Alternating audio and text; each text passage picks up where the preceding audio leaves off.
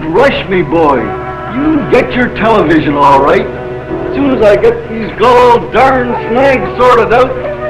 I know. But, Pop, we've been waiting a long time. This is 1952, you know.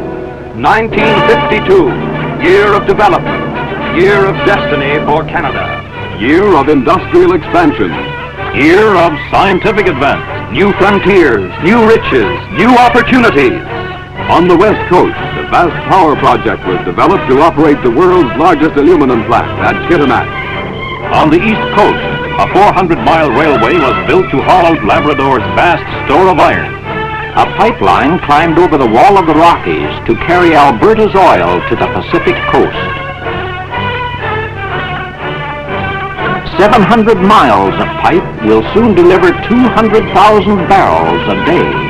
A great new hydroelectric development sprang up in Niagara's Gorge. More power from the mighty cataracts for industrial expansion. Across Canada, these were pioneering days, 20th century style. And the Canadian dollar became the soundest currency in the world. But Canada's progress was geared to peace. To guard her peaceful ways, Canadians strengthened their defenses. In Korean waters, the Royal Canadian Navy was fighting to hold back aggression.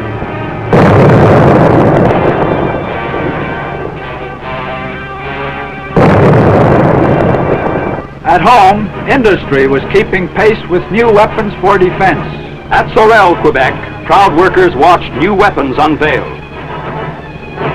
Canadian guns were being built for United States forces. Canadian soldiers in Korea were given their first rotation leave home.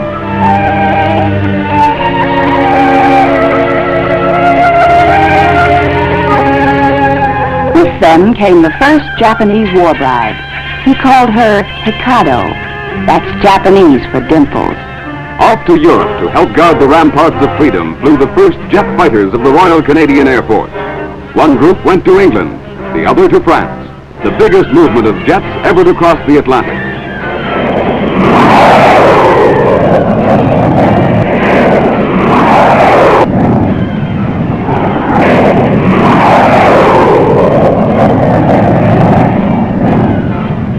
Traveling across the Atlantic in 1952 was Canada's retiring Governor-General Viscount Alexander.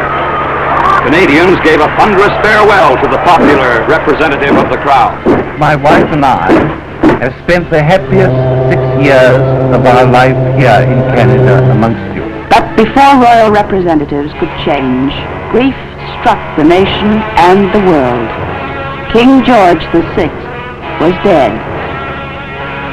From coast to coast, Canadians mourned their great and well-beloved monarch. Then the people of Canada swore allegiance to a young woman they had met in person a few months before. Now, Queen Elizabeth II.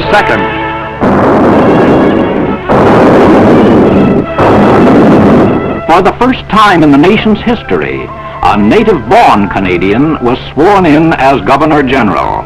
The Right Honorable Vincent Massey, representative of Her Majesty the Queen in Canada. I approach my task with a determination to do all in my power to serve my sovereign. And in so doing, I know I shall be serving Canada.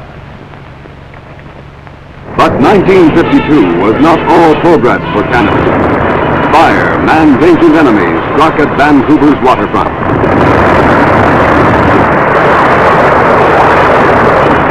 The city's new fireboat proved its value in isolating with tons of water the flaming grain elevators. The Saskatchewan River went on a rampage during the spring breakup. It knocked out the new $8 million bridge near the town with the descriptive name Swift Current. In New Brunswick, a new town appeared. It was the headquarters for an all-out attack on the dangerous spruce budworm, which threatened Canada's forest wealth. 24 specially equipped aircraft could each spray 125 acres a minute. For the first time in history, the dread foot and mouth disease attacked Canadian cattle near Regina. All infected herds were rounded up.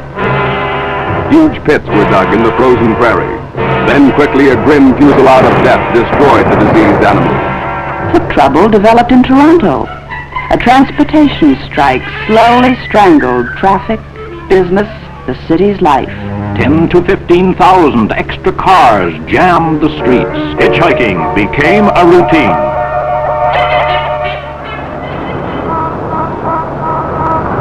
Then suddenly it was all over, and Toronto went on its way again. Symbols of progress. Laval, the oldest French university in the New World, celebrated its 100th anniversary. An hilarious welcome greeted visiting students and celebrities.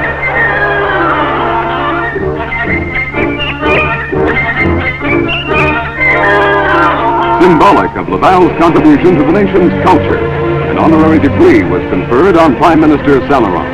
And symbolic of Laval Joie de Vivre, the students crowned Louise Galipeau, Queen of the festivities.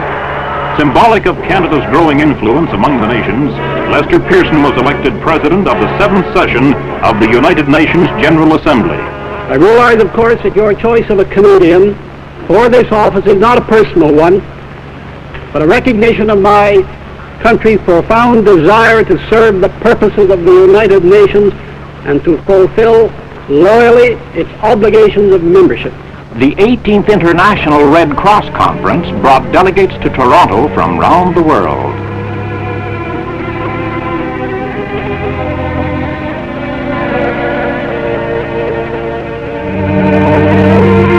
But even this great non-partisan agency of mercy felt the bitterness of political strife. Over the decision to seat the Chinese communists, the Chinese nationalists walked out.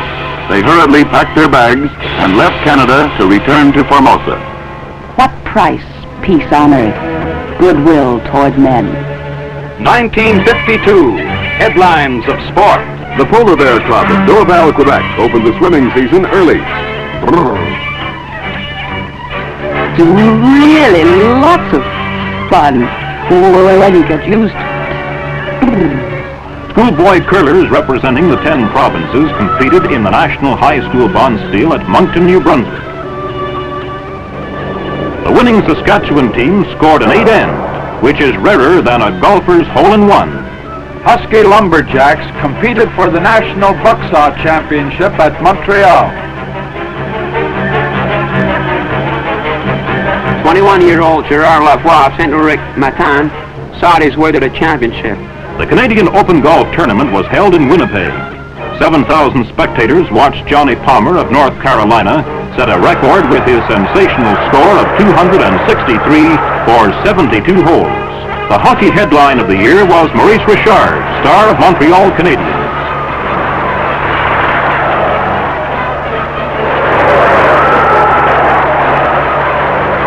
Monty Rocket scored his 325th goal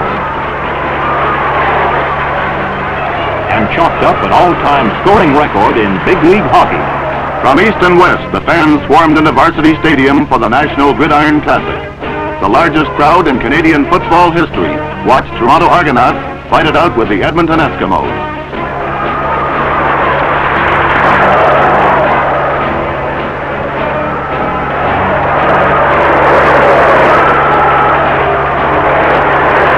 The Argos took the game by 21-11 and captured the Grey Cup for the 10th time.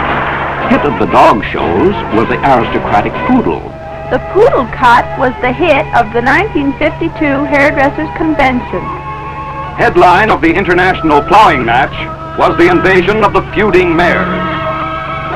On my right, ladies and gentlemen, Alan Lamport, Mayor of Toronto, and on my left, Charlotte Whitten, Chief Magistrate of Ottawa. A record gallery cheered the contestants, but at the end, there was no kiss from Charlotte for Lampy the champ. 1952, year of growth and year of harvest. Canadian farmers reaped an all-time record wheat crop. Giant combines crossed to the horizon and back, night and day, to bring in the harvest. The bulging grain elevators could take no more, and still the wheat piled up. Mountains of prairie gold had to be stored in the field. 690 million bushels of wheat piled up. 100 million bushels more than Canada had ever grown before. 1952, year of prosperity, Year of growth. year of development.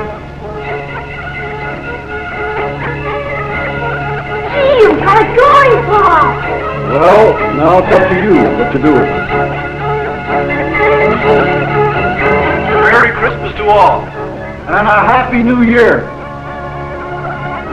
And so Canadians leave behind the momentous events of 1952 and look forward to the headlines of 1953.